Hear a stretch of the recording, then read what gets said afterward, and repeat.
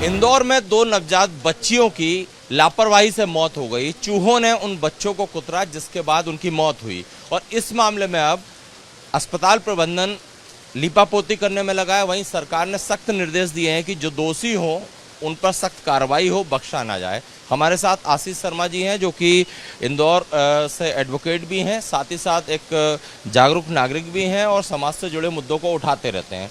आशीष जी, ये जो मामला है आप ही के इंदौर शहर का है, कितना गंभीर मामला है ये?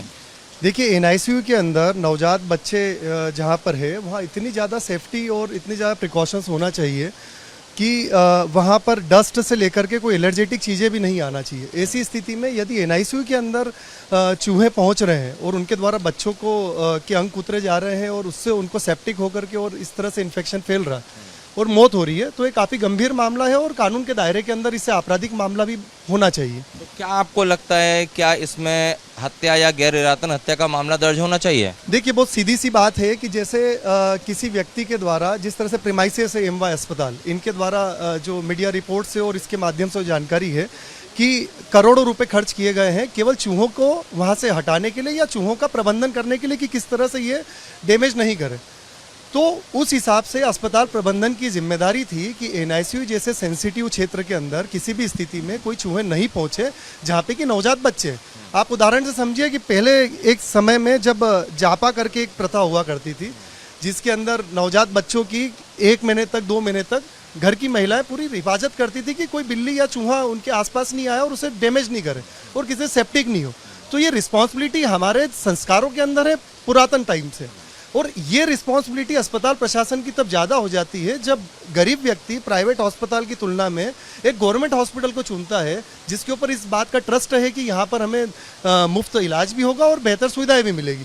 ऐसी स्थिति में जब चूहे वहाँ पहुँचते हैं, जबकि करोड़ों रुपए आप खर्च कर रहे हो और उससे चूहों के काटने के कारण यदि बच्चों की मौत होती है, तो ये सीधे सीधे गैर इरादतन हत्या का मामला है। और इसमें सभी जितने डीन से लेकर के जितने भी हायर ऑफिशियल्स हैं, जिनकी ये जिम्मेदारी थी कि वहाँ पर सुरक्षा व्यवस्था पुख्ता की जाए और बच्चों को किसी तरह से सेप्टिक और ये चूहों की पहुँच से दूर रखा जाए, तो वो सब भी इसके दायरे में आना चाहिए। तो आसान शब्दों में समझें तो आप ये कहना चाह रहे हैं, चूंकि आप कानूनविद हैं, लॉयर वकील हैं, आप ये कहना चाह रहे हैं कि जो हॉस्पिटल के डीन से लेकर नर्स तक जो लोग इसके लिए जिम्मेदार हैं, उन पर गैर इरादतन हत्या का केस दर्ज किया जाना चाहिए। बिल्कुल किया जाना चाहिए। उदाहरण के तौर पे यदि किसी के पास कोई कुत्ता है और कुत्ता इस तरह से है कि उसे पता है कि अग्रेसिव है, तो अग्रेसिव तो मालिक की जिम्मेदारी है कि कुत्ते को नियंत्रण में रखे। अदरवाइज किसी को यदि काट लेगा, उसकी डेथ होगी, तो उसके खिलाफ गैर इरादतन हत्या का मामला बनेगा।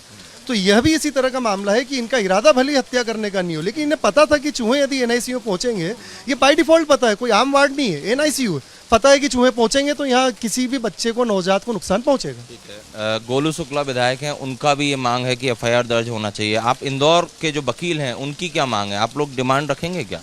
इस मामले के अंदर पीआईएल भी दायर की गई है और ऑनरेबल हाईकोर्ट से भी स्वतः संज्ञान के लिए अभिभाषकों के द्वारा मांग की जा रही है। तो निश्चित तौर पे इस पर यदि प्रशासन के द्वारा तत्काल कार्रवाई नहीं की जाती, पुलिस प्रशासन के द्वारा तत्काल कार्रवाई नहीं की जाती है, तो ऐसी स्थिति में वकीलों के द्वारा इसमें मुखरता से आवाज़ उठाई जाएगी और ऑनरेबल हाईकोर्ट में भी अप्रोच की जाएगी। बड़ी बात कही आशीष शर्मा ने। इनका कहना है कि इस मामले में डीन से लेकर नर्स तक सब दोषी हैं और उन पर गैर इरादतन हत्या का केस दर्ज होना ही चाहिए। अगर ऐसा नहीं होता है तो वकील भी अपने स्तर पर हाईकोर्ट में दरवाजा खटखटाएंगे। कैमरामैन संजय अंकिल के साथ Satyavijay Singh, Republic media network, Indore.